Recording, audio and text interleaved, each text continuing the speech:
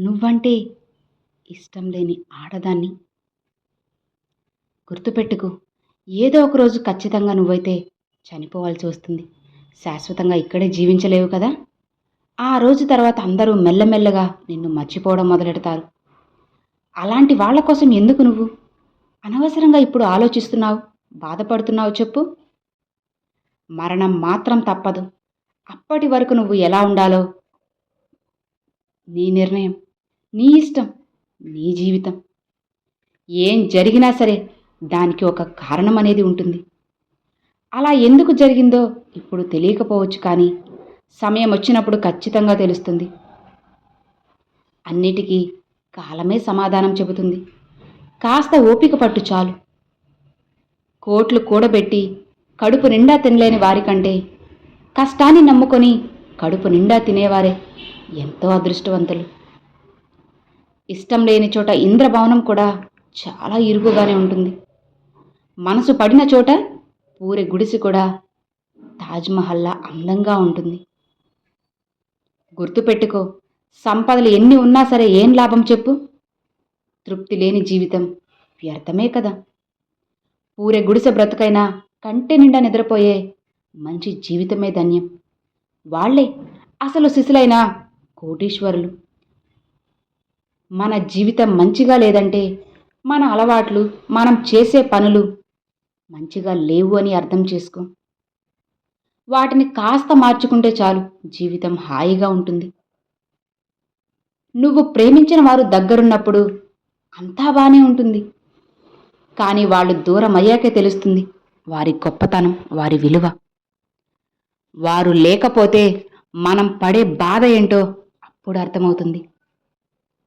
ఎదుటివారు మంచివాడో చెడ్డవాడో అని వేలు పెట్టి చూపించే హక్కు నీకు అస్సలు లేదు. ఎవరి జీవితం వాళ్ళది. నీకు నచ్చారా మాట్లాడు, లేదంటే వదిలేసి. ఒకరిని ప్రశ్నించే హక్కు నీకు అస్సలు లేదు. ఎవరిచ్చారు చెప్పు? డబ్బు కంటే ఎక్కువగా శరీర ఆరోగ్యాన్ని రక్షించుకోవాలి. నిజమే కదా. ఎందుకంటే శరీర ఆరోగ్యం పాడైన తర్వాత డబ్బు కూడా దాన్ని తిరిగి తీసుకొని రాలేదు. గుర్తుపెట్టుకో, మనం కింద స్థాయి నుంచి పైకి వచ్చి ఒక మంచి స్థితిలో దర్జాగా ఉన్నప్పుడు ఎలా వచ్చామన్నది మర్చిపోకుండా ఒక్కసారి గతాన్ని వెనక్కి తిరిగి చూసుకుంటే, ఒకరిని చిన్న చూపు చూడడం కానీ, నేనే గొప్ప అనే అహంకారం కానీ ఎప్పటికీ మనలో రానే రాదు. అవును కదా. ఒక వ్యసనానికి బానిసైనా ఏదో ఒక రోజు మారచ్చు, కానీ ఒక మనిషికి మాత్రం ఎప్పటికీ బానిస కాకు. రేపు వాళ్ళు లేని రోజు అనేది వచ్చినప్పుడు దాని నుంచి నువ్వు కోలుకోలేవు. నమ్మకం ఉంటే మౌనం మాట్లాడే మాటలు కూడా నీకు స్పష్టంగా అర్థమవుతాయి. అదే నమ్మకం లేకపోతే గట్టిగా అరిచి చెప్పిన ప్రతి మాట కూడా నీకు అపార్థంగానే వినిపిస్తుంది. నమ్మకాన్ని కల్పించే మాటలే మనుషుల్ని దగ్గర చేస్తాయి. ఆ నమ్మకం మాటల్లోనే కాదు, చేతల్లో ఉన్ననాడే బంధాలు కలకాలం హాయిగా నిలబడతాయి. మాటని అదుపు చెయ్యి, డబ్బుని పొదుపు చెయ్యి. ఈ రెండూ నీ వెంట ఉంటే ఎప్పుడైనా ఎక్కడైనా ఎలా ఉన్నా సరే నీదే పై చేయి అవుతుంది. గెలుపు కూడా నీదే అవుతుంది. గుర్తుపెట్టుకో, అలవాట్లు అదుపులో ఉంటేనే జీవితం అదుపులో ఉంటుంది. అలవాట్లు హద్దు మీరితే నీ జీవితమే అదుపు తప్పుతుంది. ఈ విషయం మర్చిపోకు. డబ్బులు లేని పురుషుణ్ణి వేశ్య పట్టించుకోదు. ఓడిపోయిన రాజుని ప్రజలు పట్టించుకోరు. ప్రపంచంలో అందరూ వారి వారి స్వలాభాన్నే చూసుకుంటారు. ఎప్పటి వరకు నీతో జనానికి లాభం ఉంటుందో అప్పటి వరకే నీకు నలుగురిలో విలువ ఉంటుంది.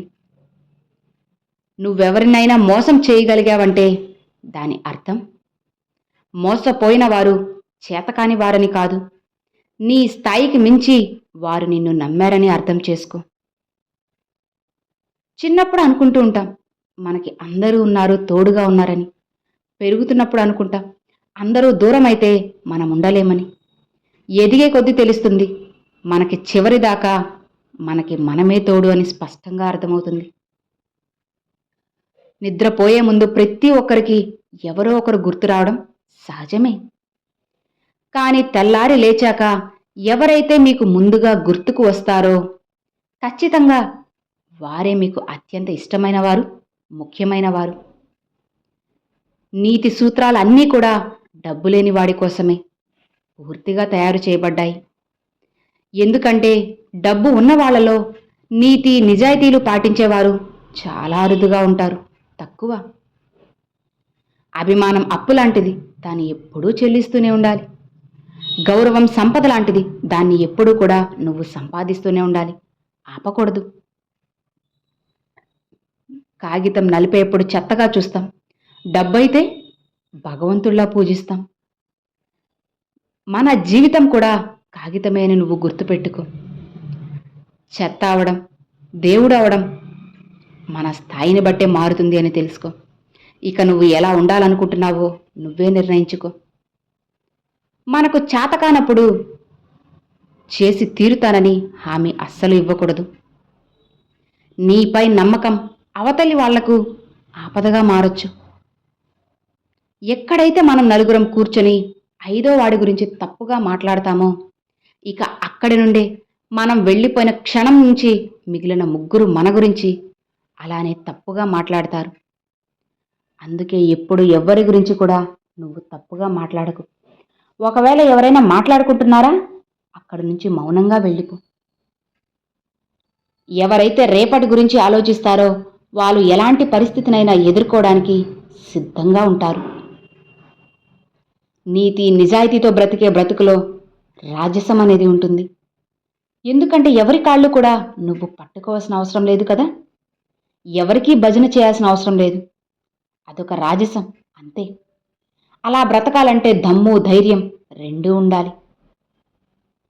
నువ్వు వినే విషయం ఏదైనా సరే అంత తొందరగా నమ్మకం.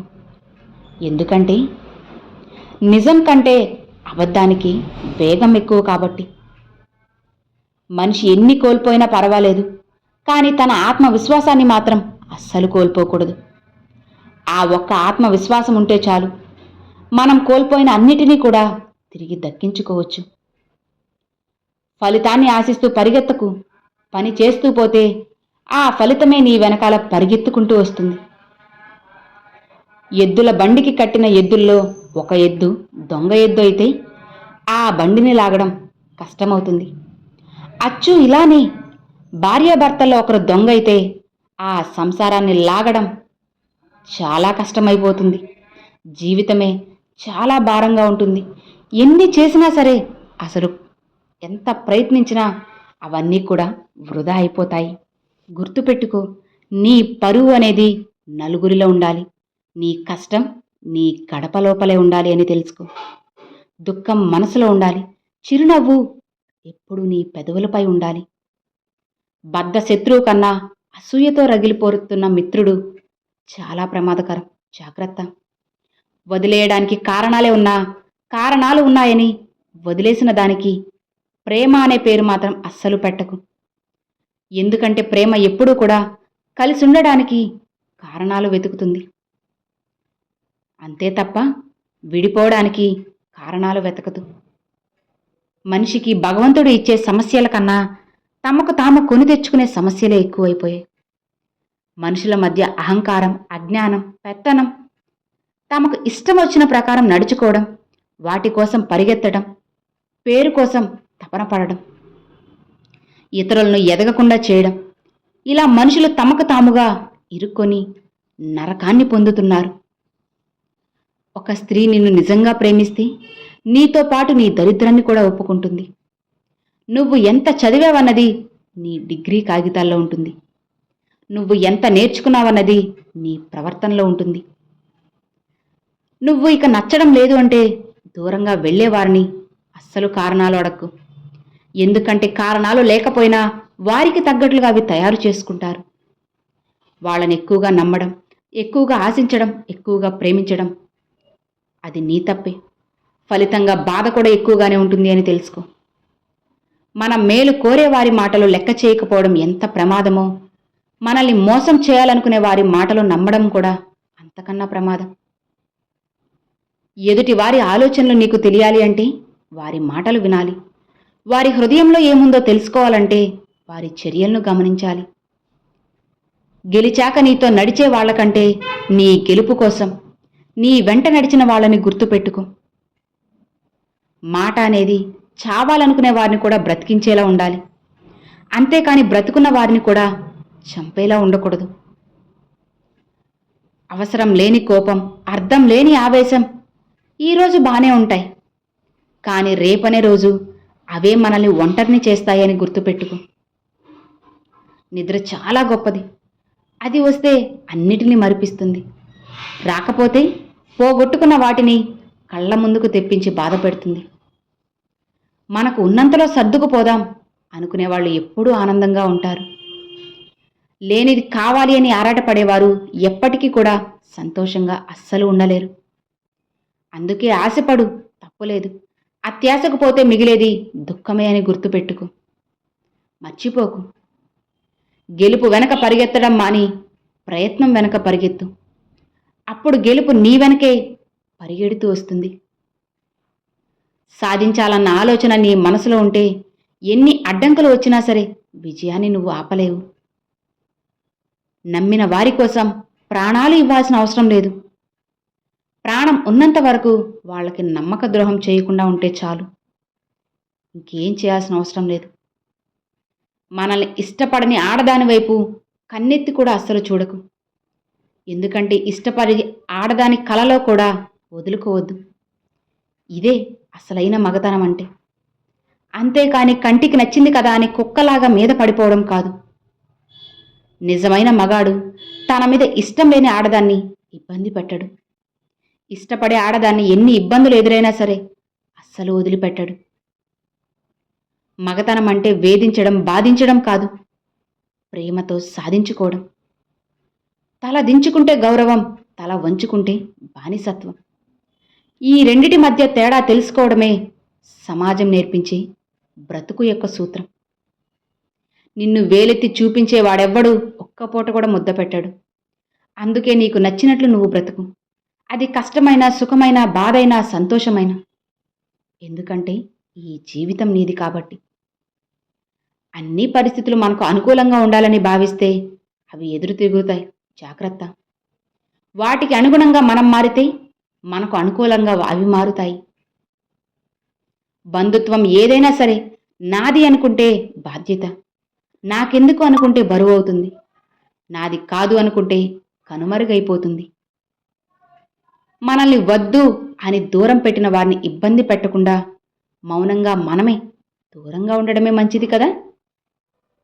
నీకంటూ ఒక క్యారెక్టర్ ఉంది, దాన్ని దాటి ఎవ్వరికీ దగ్గరవ్వకు. దగ్గరయ్యే కొద్దీ ఆ మనుషులకు నువ్వే లోకుపోయిపోతావు. జాగ్రత్త. అలసిపోయే వరకు ఆడితే అది ఆట, గెలిచే వరకు చేస్తేనే అది యుద్ధమని తెలుసుకో. చచ్చే వరకు బ్రతికితేనే అది జీవితం.